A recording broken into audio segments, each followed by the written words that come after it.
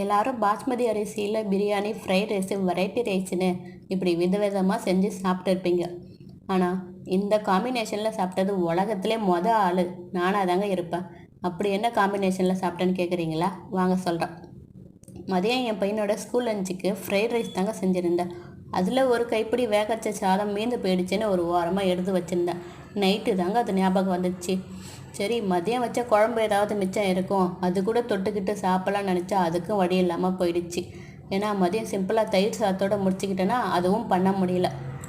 இருக்கிறது ஒரு கைப்பிடி சாதம், இதுக்காக மெனக்கட்டு ஏதாவது செய்யணுமோன்ற ஒரு சோம்பேறித்தனம். அப்போ தாங்க உட்காந்து யோசிக்க ஆரம்பித்தேன். ஒரு ஐடியாவை கண்டுபிடிச்சேன்.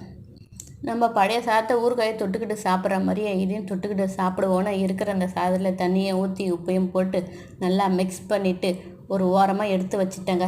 கையோட பிளேட்டில் எனக்கு பிடிச்ச நார்த்தங்க ஊறுகாயும் எடுத்து நல்லா தொட்டுக்கிட்டு சாப்பிட ஆரம்பிச்சிட்டேங்க.